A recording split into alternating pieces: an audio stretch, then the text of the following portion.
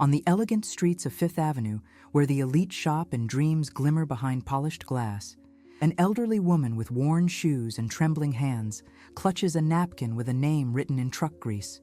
Humiliated and mocked by boutique staff for daring to admire a wedding dress she could never afford, she leaves in silence. But that napkin will change everything. What the cruel saleswomen don't realize is that their viral video of this pathetic old woman has reached the eyes of one of New York's most powerful CEOs. Now, a daughter who was given up for a chance at a better life is about to walk through those boutique doors with cameras rolling and a reckoning that will leave everyone in tears. A heartbreaking reunion 30 years in the making is about to unfold, revealing the extraordinary lengths a mother's love will go, even when all she has left is a name on a napkin and a promise to wait by the pretty windows. If you've ever been judged, overlooked, or wondered about the sacrifices parents make in silence, this story will break your heart wide open. Follow our channel now, like this video, and tell us in the comments where you're watching from. You won't want to miss what happens when a forgotten mother finally gets the reunion she's waited a lifetime for. On the corner of the elegant Fifth Avenue, beneath the crisp white autumn light of New York City, an elderly woman with thinning hair, worn-out shoes, and trembling hands stopped in front of the window display of the most exclusive boutique in the city. Martha Wilson, though no one there knew her name, clutched a small napkin stained with truck grease, carefully folded and hidden in her palm. The glass reflected her threadbare coat and moist eyes that blinked slowly at an impossibly white wedding dress that seemed to float among crystal beads and soft lighting. Inside the boutique, 3 employees watched the scene with thinly veiled contempt disguised as professional smiles. The plush carpet beneath their designer heels cost more than Martha's monthly rent in Queens. "She's back. 4th time, just this week," whispered Vanessa, the youngest sales associate, discreetly pulling out her phone to record.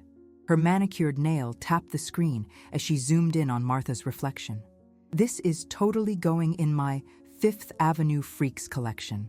I bet she's never even been inside a church," said Stephanie, the second associate, with a snicker that bounced off the marble counters.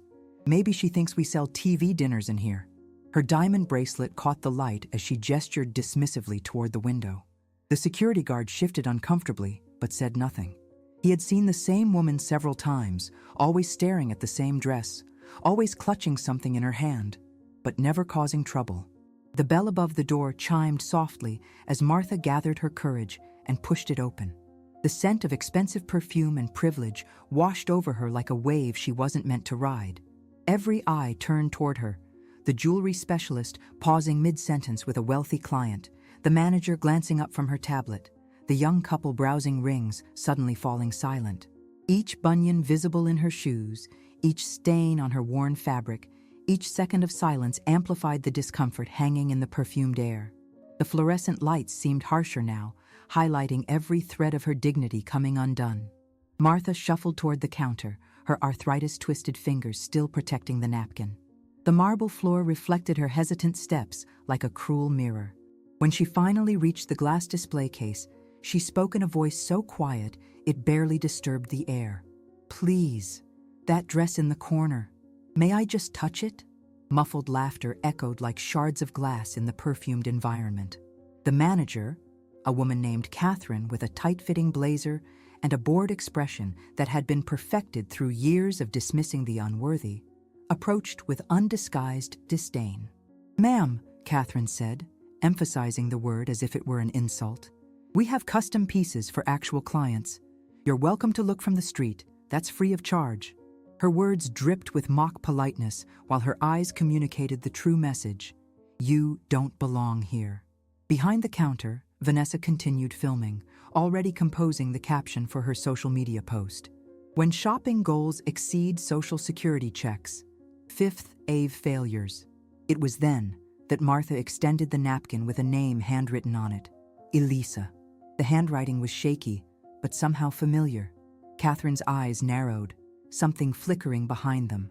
Recognition, confusion, or perhaps the first spark of doubt in her carefully constructed world of class distinctions.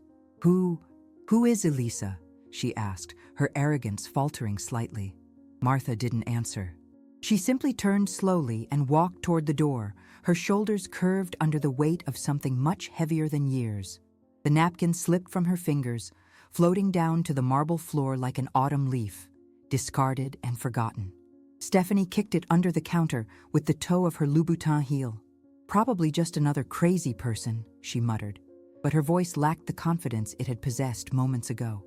As Martha disappeared into the New York crowd outside, Catherine found herself staring at the space where the old woman had stood, an inexplicable chill running down her spine.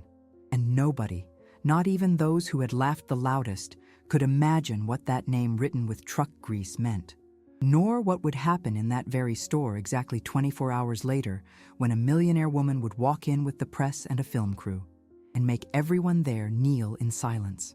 As the boutique returned to its normal rhythm, the napkin remained hidden under the counter, a small time bomb of consequence waiting to detonate in the lives of everyone who had witnessed Martha's humiliation. The security footage continued recording silently, capturing the moment that would soon be replayed on every major news network across America.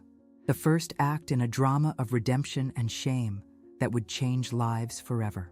Outside, Martha looked back one last time at the white dress, a single tear tracking down her weathered cheek. "Soon, Elisa," she whispered. "Soon they'll know." The crumpled napkin lay forgotten in the trash can behind the boutique's counter, but not before Megan, a quiet new intern with compassionate eyes, had secretly photographed it. Unlike the other staff members, Megan had watched the elderly woman's humiliation with a tight knot in her stomach. There was something about the woman's dignity, even in rejection, that haunted her as she closed up the store that evening. Under the harsh fluorescent light of the employee bathroom, Megan examined the photo on her phone.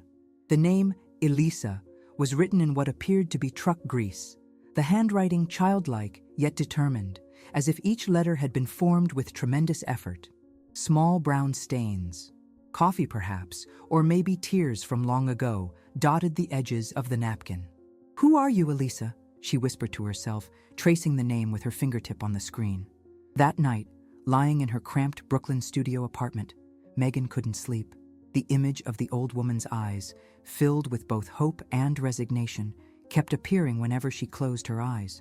On impulse, she uploaded the photo to a local community forum with the caption, "The lady of the wedding dress and the mysterious name. Who is Elisa? Seen today at Bellissima Boutique on Fifth Avenue." She added a brief description of the elderly woman, hoping someone might recognize her, might help solve this small mystery that now occupied her thoughts. Megan didn't expect much. New York was full of sad stories and forgotten people. But sometimes, even in a city of millions, connections happened in the most unexpected ways. 20 blocks away, in a gleaming penthouse overlooking Central Park, Elisa C. Madison was preparing for a live television interview. At 39, Elisa had become one of America's most successful female entrepreneurs. Her company, CareLogix, had revolutionized patient care technology, earning her a spot on the Forbes 30 Under 40 list and a personal fortune estimated at over $750 million. The elegant living room had been transformed into a temporary studio with lights, cameras, and sound equipment positioned strategically. Elisa sat perfectly poised in a tailored navy suit, her caramel-colored hair swept into a sophisticated updo that highlighted her strong jawline and clear green eyes. A makeup artist dabbed a final touch of powder on her forehead as the interviewer, James Crawford from Business Insider, reviewed his notes. "We're live in 5, 4, 3, the producer signaled silently with her fingers, and the red light on the camera illuminated. "Good evening, America. I'm James Crawford, and tonight we're speaking with Elisa Madison, founder and CEO of CareLogix, about her groundbreaking new philanthropic initiative, Bridges Not Walls. Welcome, Ms. Madison." Elisa smiled warmly, her media training evident in the way she positioned her shoulders and maintained perfect eye contact. "Thank you for having me, James. I'm excited to share our vision for transforming healthcare access in underserved communities." The interview proceeded smoothly as Elisa articulated her plans for donating medical technology to rural clinics across America. Her voice was confident, her passion evident as she described how her own childhood experiences had shaped her commitment to helping others. My adoption at age 7 gave me opportunities that changed my life, she explained, carefully avoiding the details she never shared publicly. Not every child is so fortunate. As the interview approached its conclusion, James glanced down at his tablet where a producer had sent a last-minute note. Before we wrap up, Ms. Madison, something interesting has just come to my attention. There's a local post going viral right now. A photo of an elderly woman who visited a high-end boutique today looking for someone named Elisa. The post says she had a napkin with that name written in what looks like truck grease.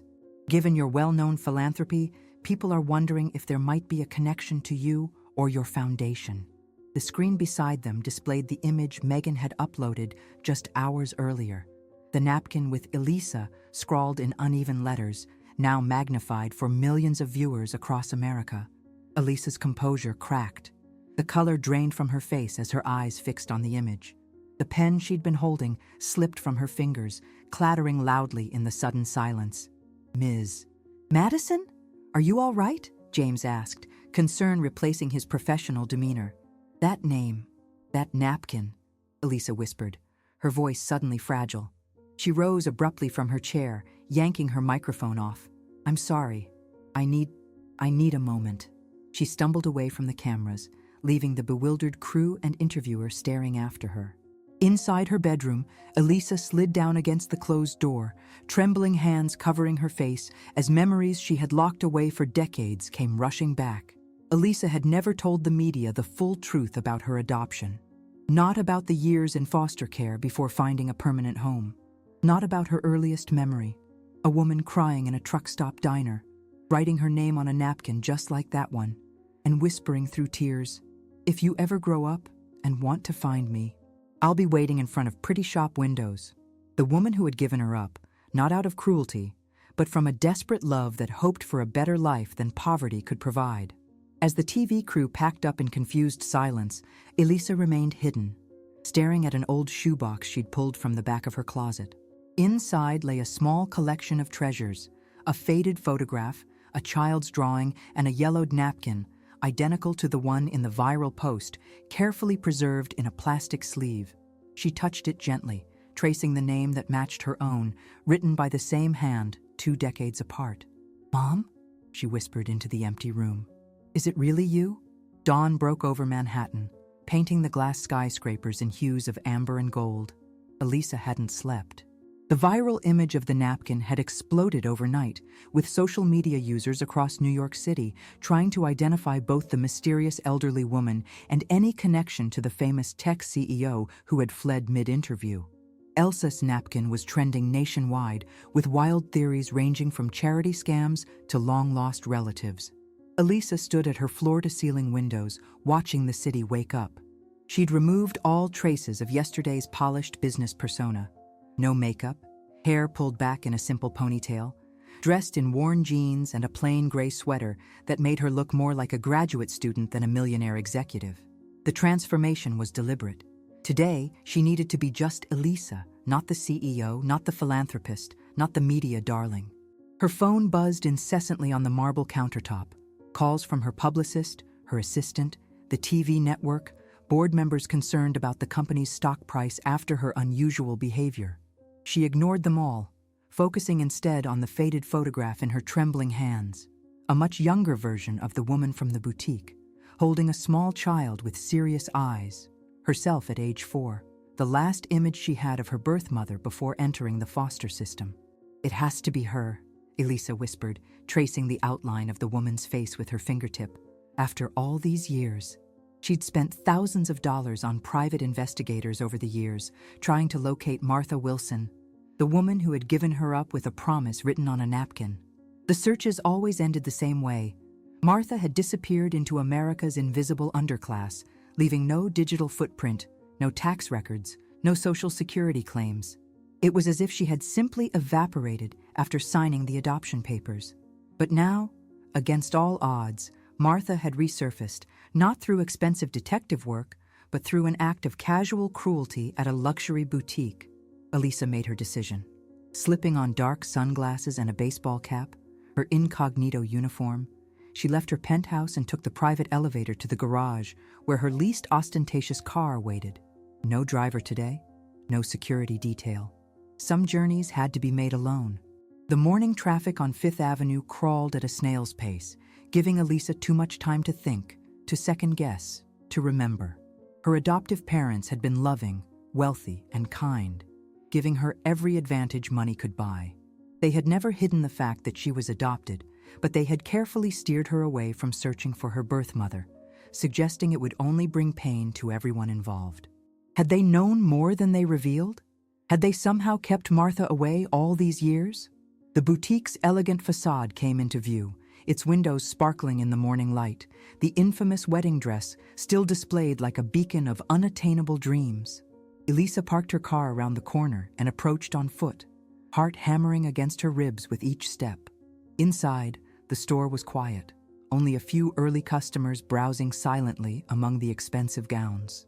Elisa recognized the same staff from the viral photos: the snobbish manager, the two giggling sales associates who had mocked Martha, and near the back, the young intern who had secretly photographed the napkin. None of them recognized Elisa without her usual polished appearance and entourage. "May I help you?" asked Catherine, the manager, her tone suggesting she had already assessed Elisa's casual attire and found it wanting. "I need to speak with whoever is in charge," Elisa replied quietly.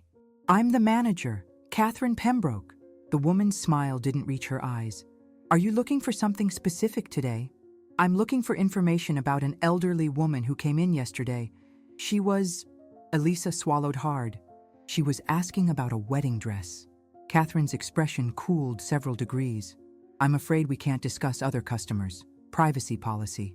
Her eyes flicked toward the security guard, a clear message that this conversation was nearing its end. That's when the young intern stepped forward, recognition dawning on her face.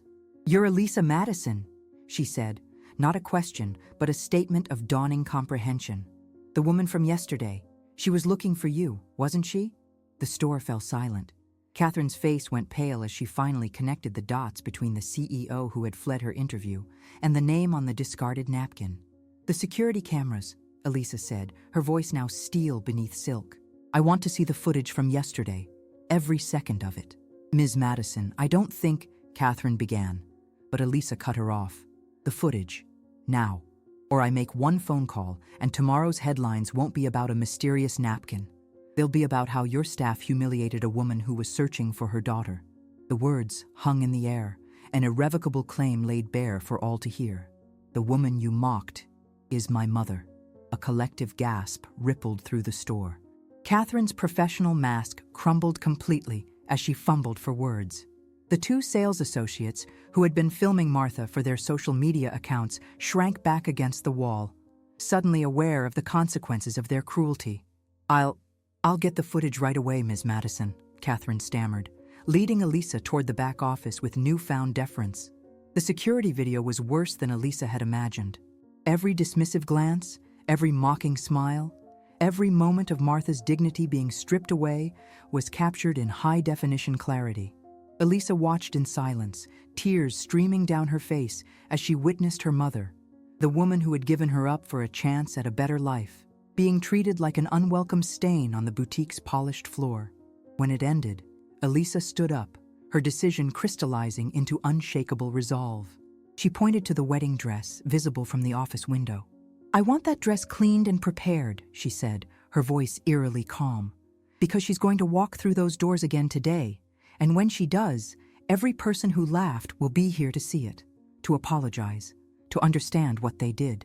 She turned to leave, but paused at the door, fixing Catherine with a gaze that made the manager physically step back. "And one more thing, I'm bringing cameras, not for social media, for justice." As Elisa walked out into the bright New York morning, her phone began ringing again. This time she answered. "Hello, this is Elisa Madison. I need to organize a press conference. Today, at Bellissima Boutique on Fifth Avenue." She paused, watching pedestrians hurry past, oblivious to the drama unfolding around them. "It's time for America to meet my mother." Twilight settled over Queens like a threadbare blanket, muting the world in shades of gray. In a narrow brick building sandwiched between a discount furniture store and a check-cashing outlet, Martha Wilson sat on the edge of her sagging twin bed, fingers tracing the photograph she'd kept hidden beneath her mattress for over 30 years.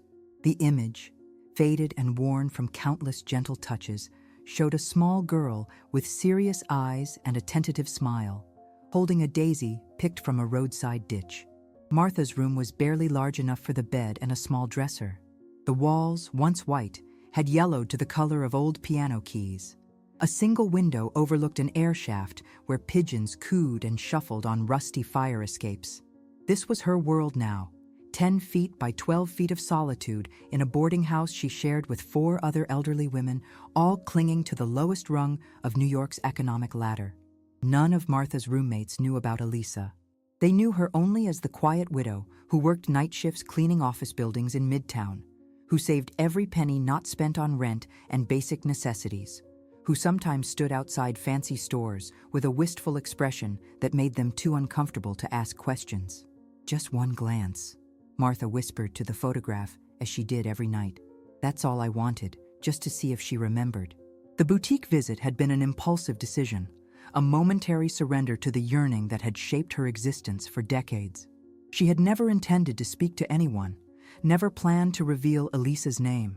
But something about that particular wedding dress, gleaming white against red velvet, had broken her careful restraint. Outside her door, the familiar sounds of the boarding house filtered through thin walls. Mrs. Abernathy's television blaring a game show, Ms. Rivera's persistent cough, the superintendent arguing with someone on the phone in rapid-fire Spanish. Martha barely registered these noises anymore. They were simply the soundtrack to her waiting. The ancient alarm clock on her nightstand showed 7:42 p.m. Her shift at the Lexington Avenue office tower would begin in less than 2 hours. Martha sighed, carefully returning the photograph to its hiding place.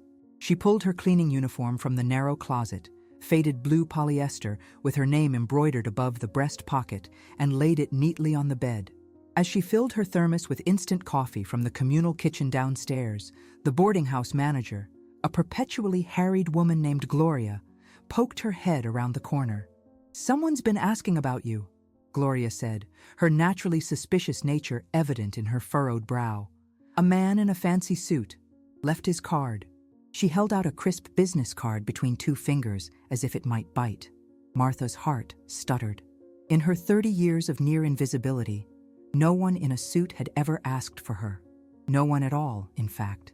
She took the card with trembling fingers, its heavy stock paper, feeling foreign against her work-roughened skin. "Jonathan Pierce, Executive Assistant to Elisa C. Madison, CEO," the embossed text read. A phone number was handwritten on the back. Martha's coffee thermos slipped from her grasp, shattering against the linoleum floor. Black liquid splashed across her worn slippers and the hem of her uniform pants. "Goodness, Martha!" Gloria exclaimed, jumping back to avoid the spray. "Are you all right? Who is this man to you?" Martha couldn't speak. The room tilted and swirled around her as 30 years of longing crystallized into a single, overwhelming moment of possibility. Elisa had found her. Somehow, against all odds, against all reason, her daughter had found her. "I need to sit," she managed to whisper, groping for the nearest chair. Gloria's expression softened from annoyance to concern as she noticed the pallor of Martha's face. "Should I call someone? Do you need your medicine?" Martha shook her head, still clutching the business card as if it were a lifeline. When did he come?" she asked, her voice barely audible. "About an hour ago. Said he'd be back tomorrow morning. Seemed very determined to find you." Gloria paused, curiosity overcoming her usual respect for her tenant's privacy. "Martha, are you in some kind of trouble?" A strange sound escaped Martha's lips, something between a laugh and a sob. "No, Gloria. For the first time in 30 years, I think I might be out of trouble." She spent the night sitting fully dressed on the edge of her bed, afraid to sleep, afraid this fragile thread of hope might dissolve if she closed her eyes. The business card rested on her nightstand, illuminated by the dim glow of streetlights filtering through her window.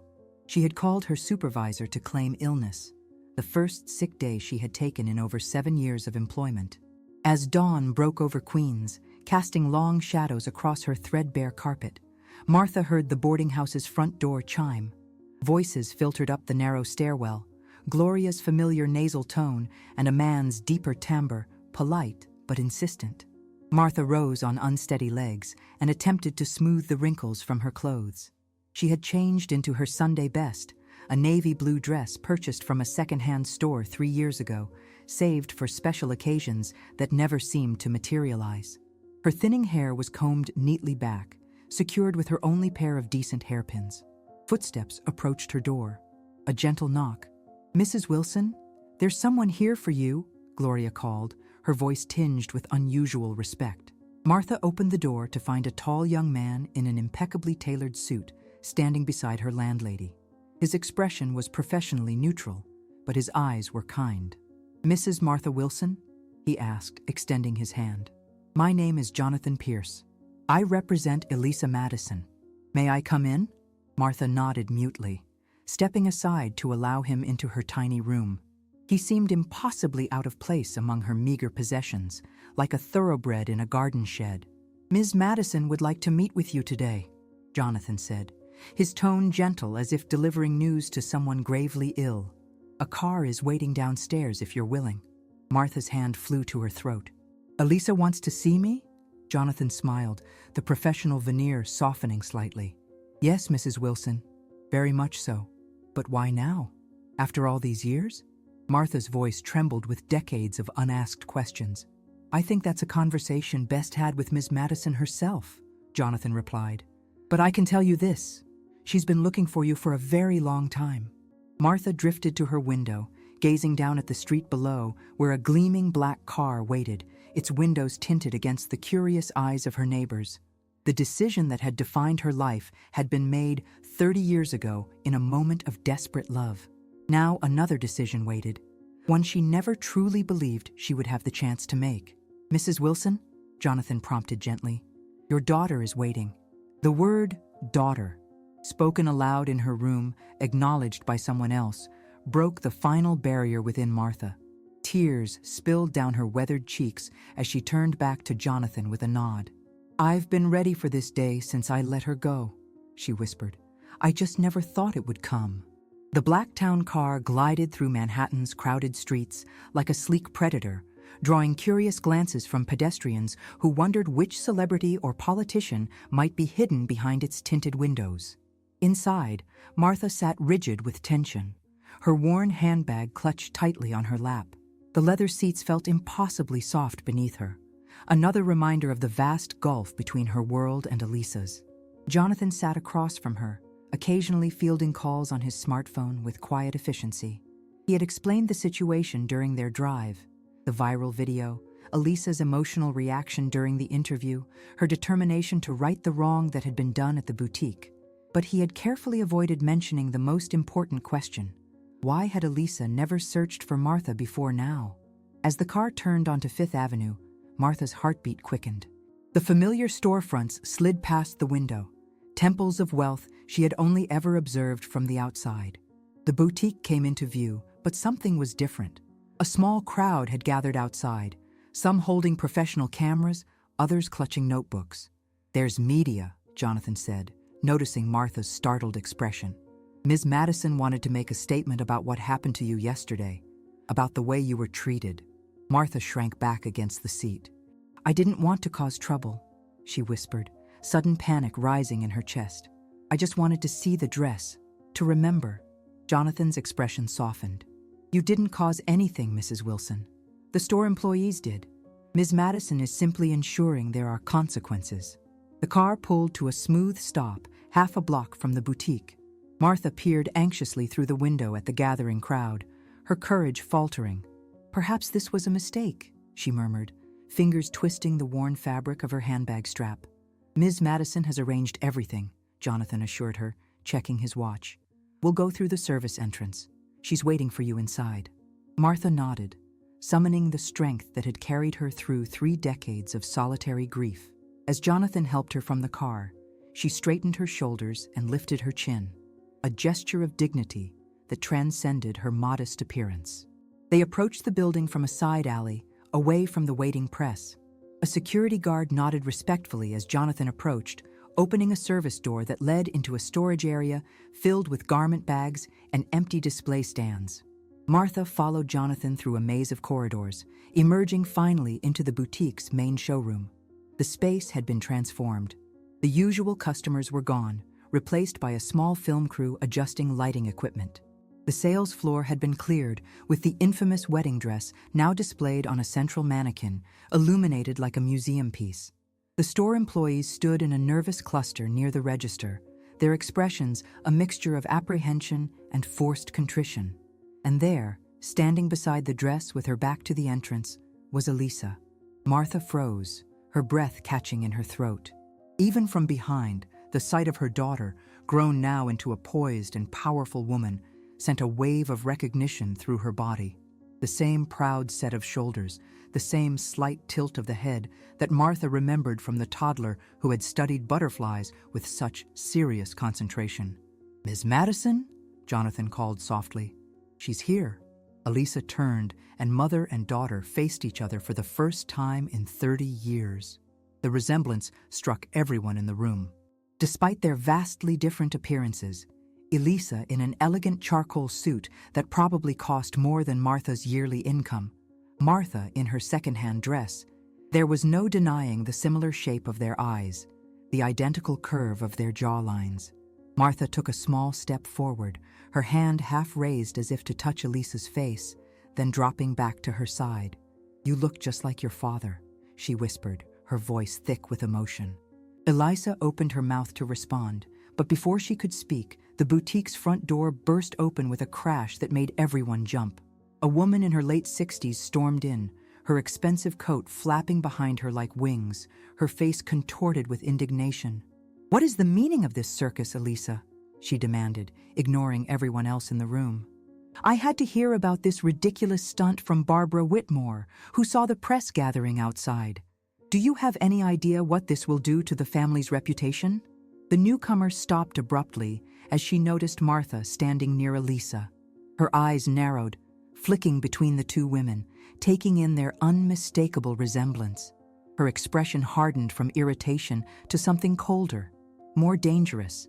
"So it's true," she said, her voice dropping to a venomous whisper. "You found her.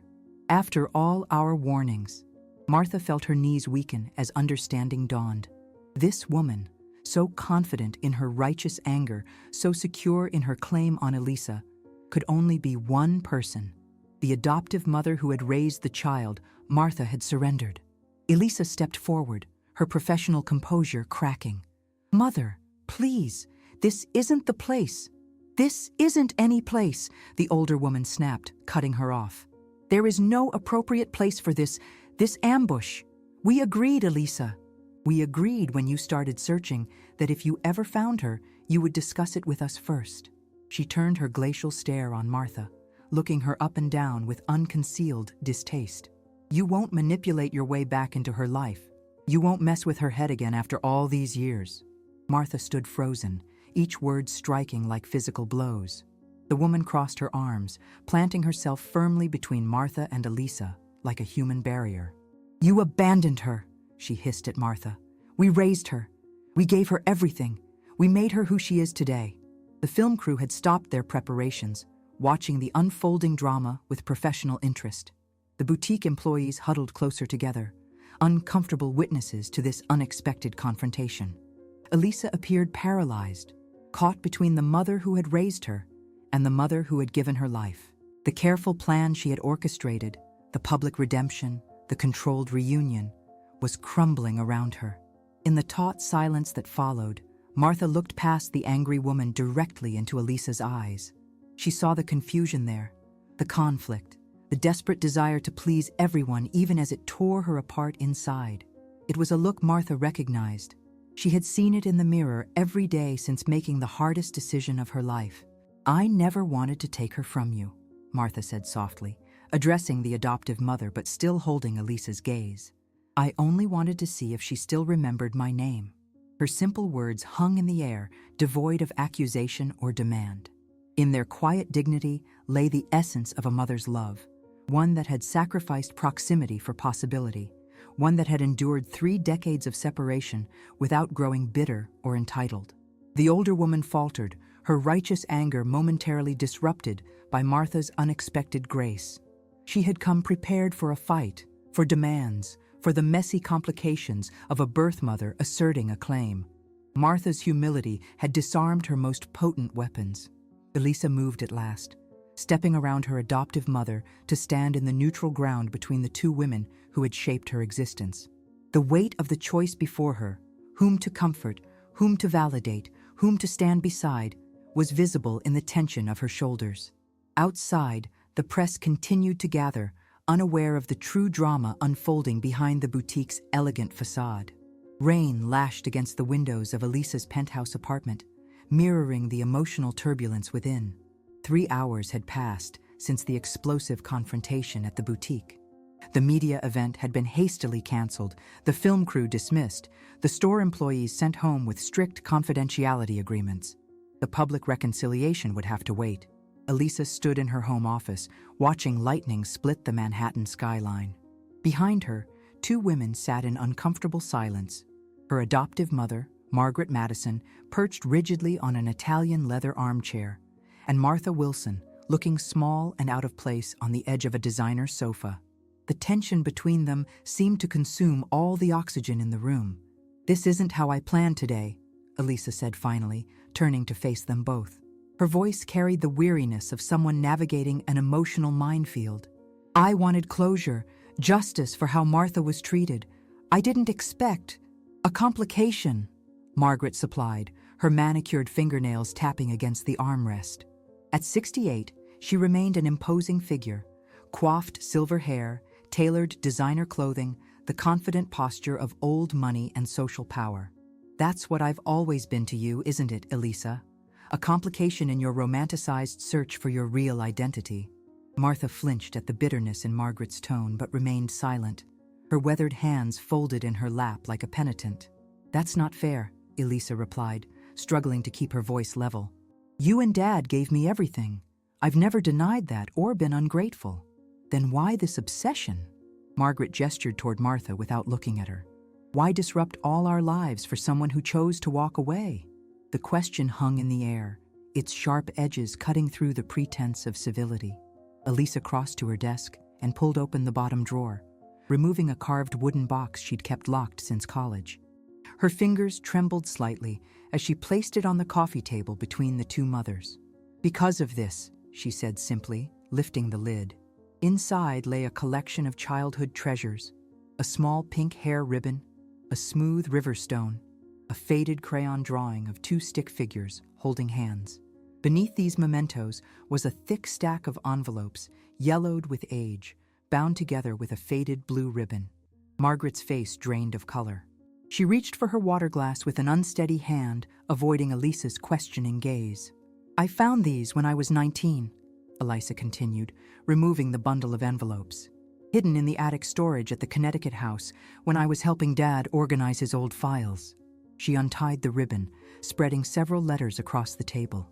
Each envelope was addressed in the same careful handwriting, "To Elisa Madison," followed by the family's address. Each bore a different postmark date, spanning years. Martha leaned forward, her breath catching as she recognized her own handwriting. "You wrote to me," Elisa said, turning to Martha, "all those years, and I never knew." She shifted her gaze to Margaret. "Because they were hidden from me. Weren't they, Mom?" Margaret's composure faltered, genuine pain replacing her defensive anger. "We thought we were protecting you," she whispered. "From what?" Elisa pressed. "From knowing someone loved me enough to check on me? From these?" She opened one of the envelopes, removing a simple card with a hand-drawn flower on the front. Inside, in the same careful script, were the words, "Happy 10th birthday, Elisa. I hope you're learning to play that piano you wanted. I'm thinking of you today, and always, watching from afar, loving you just the same." Martha's tears fell silently as Elisa read her long-lost words aloud. The letters, dozens of them, contained no demands, no guilt, no intrusion. Just small windows into Martha's enduring love, birthday wishes, holiday greetings, gentle questions about Elisa's growth and happiness, always ending with some variation of the same promise. "I'm waiting for you, if you ever want to find me, near the pretty shop windows." Elisa turned to her adoptive mother, her voice strained with the effort of maintaining control. "Why, Mom? Why keep these from me?" Margaret covered her face with her hands, her shoulders slumping. When she finally spoke, her voice was hollow with remorse.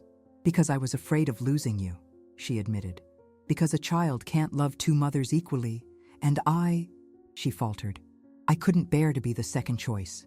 The raw truth of this confession seemed to drain the last of Margaret's defensive energy. She looked suddenly older, smaller, a woman confronting the consequences of a decision made from fear rather than malice. "When the first letter came, you were still so young," Margaret continued, the words coming faster now, as if a dam had broken. "Richard and I discussed it. He thought you should have them when you were older. I convinced him it would only confuse you, disrupt the stability we'd created." She looked at Martha directly for the first time. The letters kept coming. On every birthday, every Christmas, sometimes just random Tuesdays. I started hiding them, even from Richard. It became a secret I couldn't confess, couldn't undo. The longer it went on, the harder it became to explain. Elisa finished for her. Martha reached across the table and, in a gesture that stunned both Elisa and Margaret, gently touched Margaret's hand. "You raised her," she said softly. "You gave her everything I couldn't. The good schools, the safe home, the opportunities. I only wanted to know she was thriving." Margaret stared at Martha's work-worn hand resting on her own, bewildered by this unexpected grace. Elisa moved to the sofa, sitting beside Martha but reaching for Margaret's other hand, creating a strange triangle of connection. "Mom," she said, addressing Margaret with deliberate emphasis on the title, "I've never wanted to replace you. Finding Martha doesn't erase 30 years of you bandaging my knees and checking my homework and sitting through every awful piano recital." She turned to Martha. "And you gave me life twice. Once when you had me, and once when you let me go, knowing it was my best chance." Her voice broke. "I have room in my heart for both of you. I always have." The rain continued its assault on the windows, but the atmosphere in the room had shifted. The hostile silence transformed into something fragile, yet hopeful. Martha glanced at the scattered letters, decades of one-sided conversation finally reaching their intended recipient. "I never expected answers," she said. "Just knowing you were out there, growing up strong and smart, that was enough." Elisa picked up one of the unopened letters, its seal still intact. Would you read one to me now?" she asked, her voice suddenly that of a much younger woman. The child who had never received her birthday cards, the teenager who had never known her birth mother, was watching from afar. Martha nodded, carefully accepting the envelope as if it were made of fragile glass.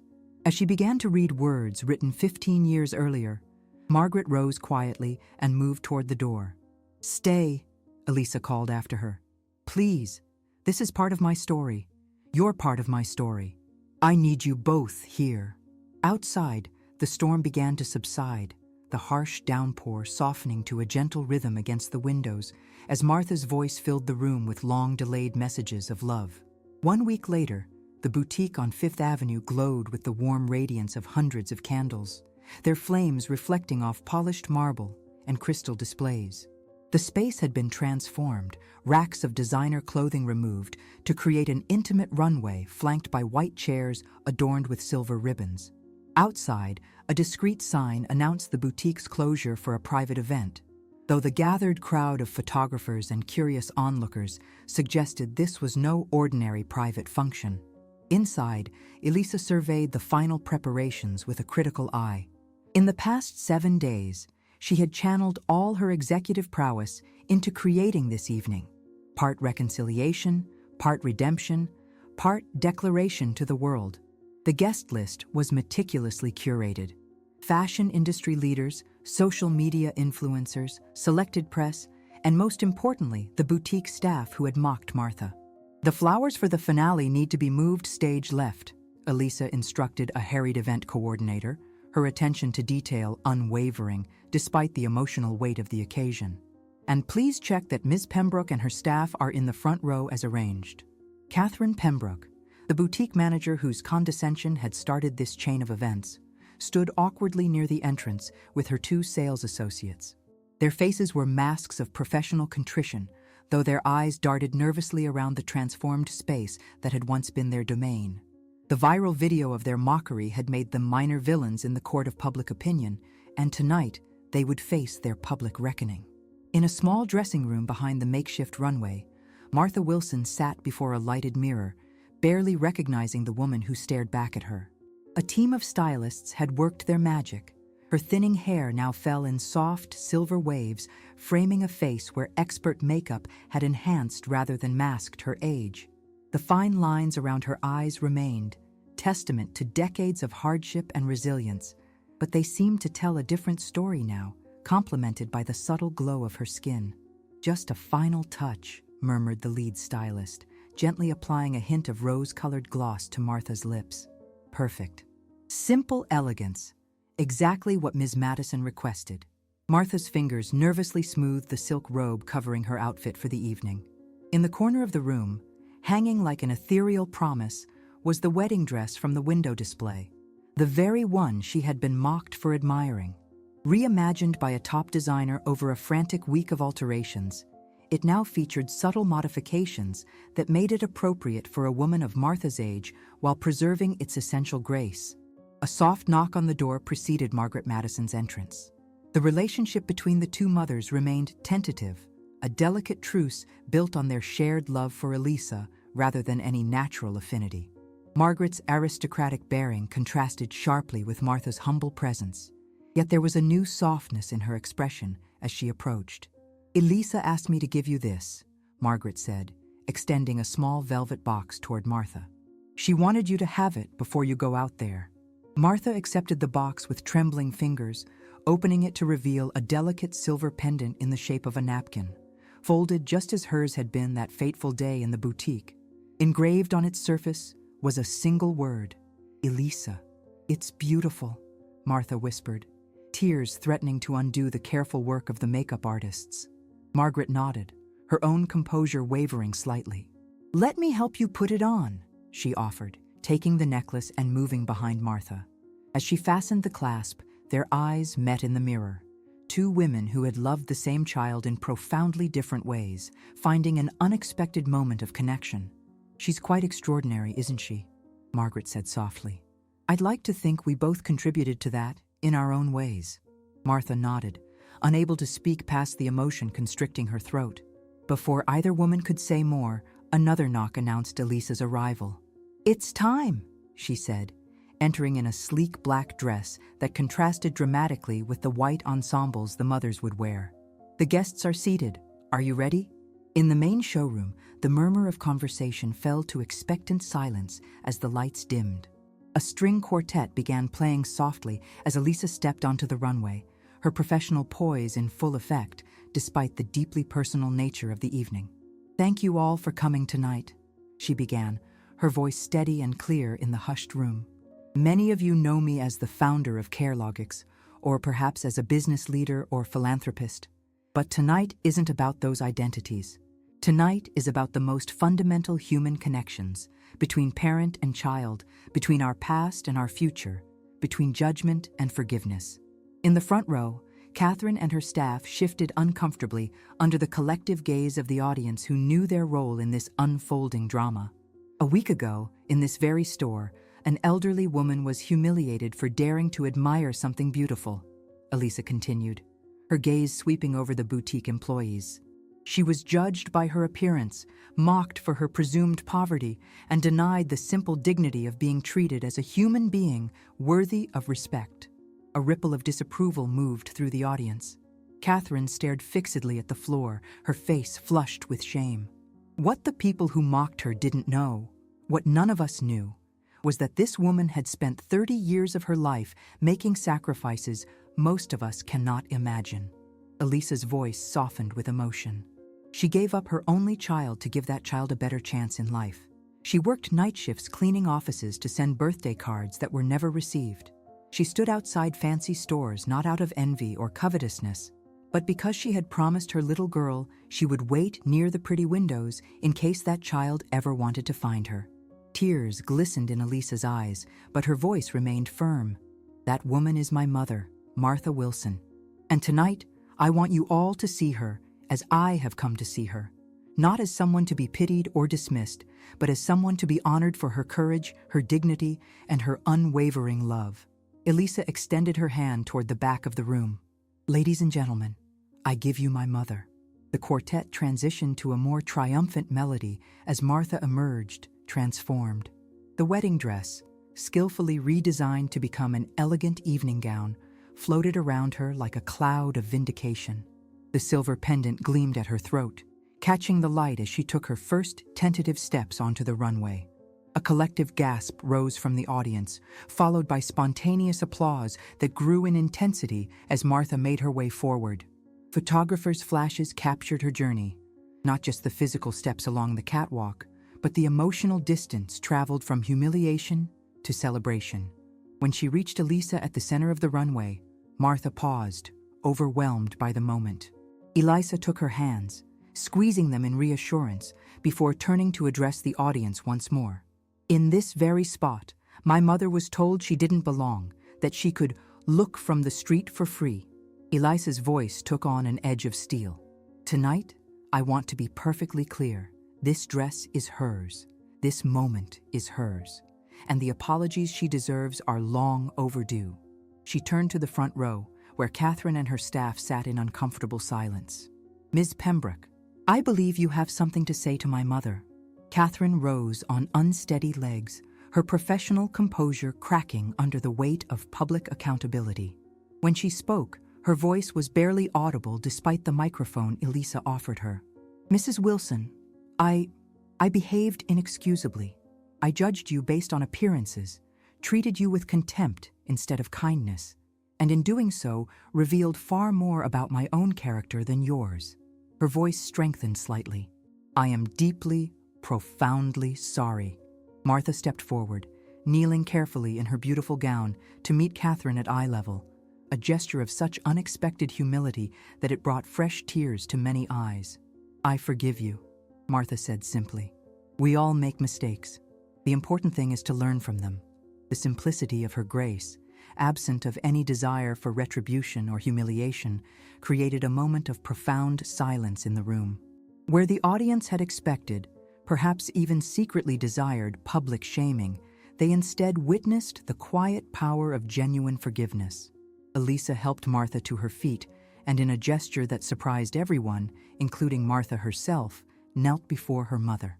"The dress is yours," she said, her voice carrying clearly through the hushed room. "But more importantly, I am yours as well. I exist today, the person I am, the life I've built, because you loved me enough to let me go." Martha reached out trembling fingers to touch Elisa's cheek. "And now I can keep you with me." As they embraced, Margaret Madison rose from her seat and joined them on the runway, completing the circle. The photographers captured the moment.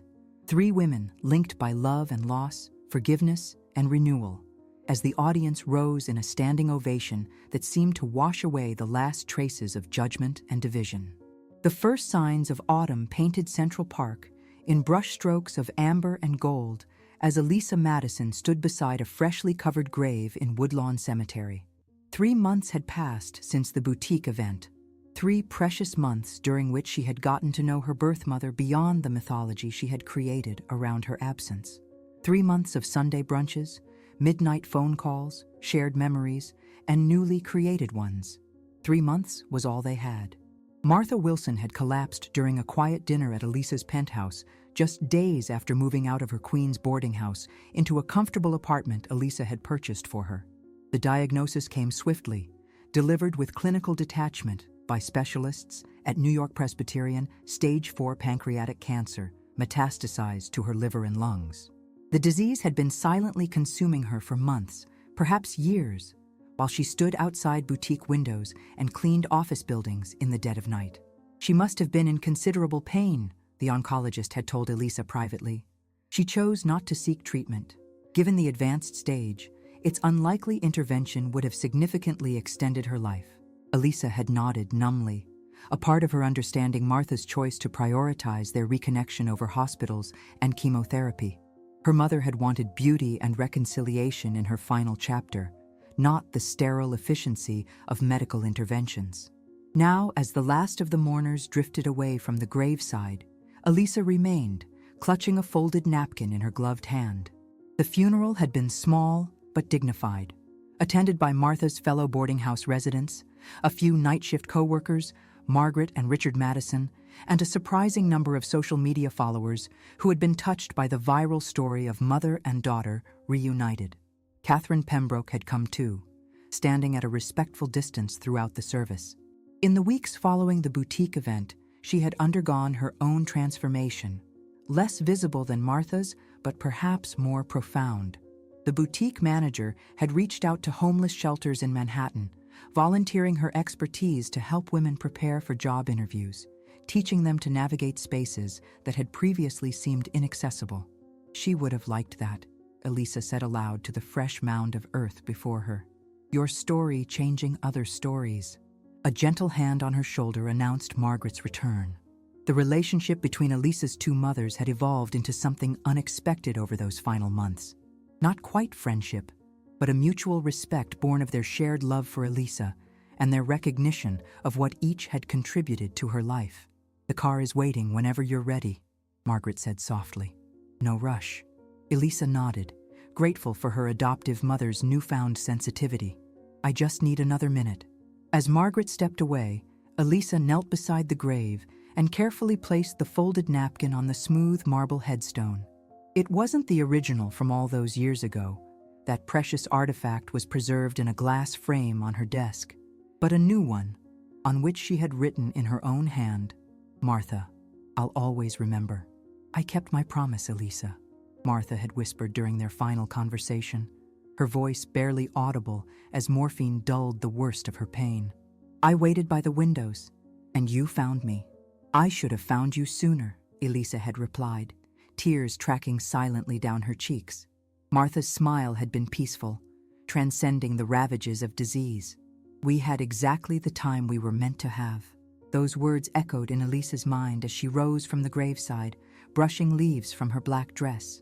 The knowledge that their reunion had brought Martha joy in her final weeks provided some comfort, but the weight of 30 lost years remained a heavy burden to bear. Back in the city, the boutique that had been the catalyst for their reunion had undergone its own transformation. No longer Bellissima, it now bore a new name above its elegant facade, Window of Hope. The rebranded store had a new mission beyond selling luxury goods. Part of the profits now funded a foundation supporting women in transition, from homelessness to housing, from abuse to independence, from invisibility to recognition.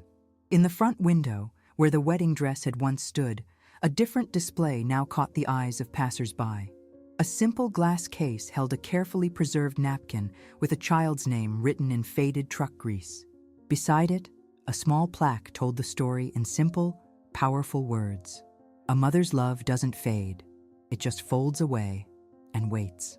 The store had become something of a pilgrimage site in the weeks following Martha's passing. Women from all walks of life would stop to read the plaque, often leaving small tokens of their own stories, handwritten notes, children's drawings, photographs, creating an impromptu memorial that spoke to the universal language of love and sacrifice. As winter approached, Elisa found herself increasingly drawn to the window display. On this particular evening, she stood outside in the gathering darkness, watching as snowflakes began to dance in the golden light spilling from the boutique. The sight of strangers pausing to read her mother's story brought a bittersweet smile to her lips. Ms. Madison? Elisa turned to find Catherine Pembroke beside her, bundled against the cold. I'm sorry to disturb you, Catherine continued, her former arrogance replaced by genuine humility. I just wanted to let you know that we've finalized the scholarship program. 5 women from the shelter will be starting retail training next month, with guaranteed positions upon completion. Martha would have been pleased, Elisa replied, her breath forming clouds in the frosty air. Catherine nodded, her gaze moving to the napkin displayed in the window. I keep thinking about how differently things might have turned out if I'd shown her kindness that day instead of contempt. We can't change the past, Elisa said softly. But my mother taught me that it's never too late to change the story going forward. As they stood together in companionable silence, a young woman approached the window, a small child bundled in winter clothes clutching her hand. The woman stooped to read the plaque to her daughter, her voice carrying faintly through the glass. And that's why we must always be kind to people, Lily, because everyone has a story we don't know. The child nodded solemnly, her mittened hand reaching out to touch the cold window glass as if trying to reach the napkin beyond. Like my name on my lunch bag? Exactly like that, her mother confirmed, straightening up. Someone wrote that name with all their love. As the pair walked away, Elisa felt a warmth spreading through her chest despite the December chill. Her mother's story, their story, was creating ripples of compassion and understanding that would continue long after Martha herself was gone. Later that night, in her penthouse overlooking the city lights, Elisa added the final touches to a leather-bound journal. It contained every letter Martha had written over 30 years, alongside photographs of their brief but precious time together.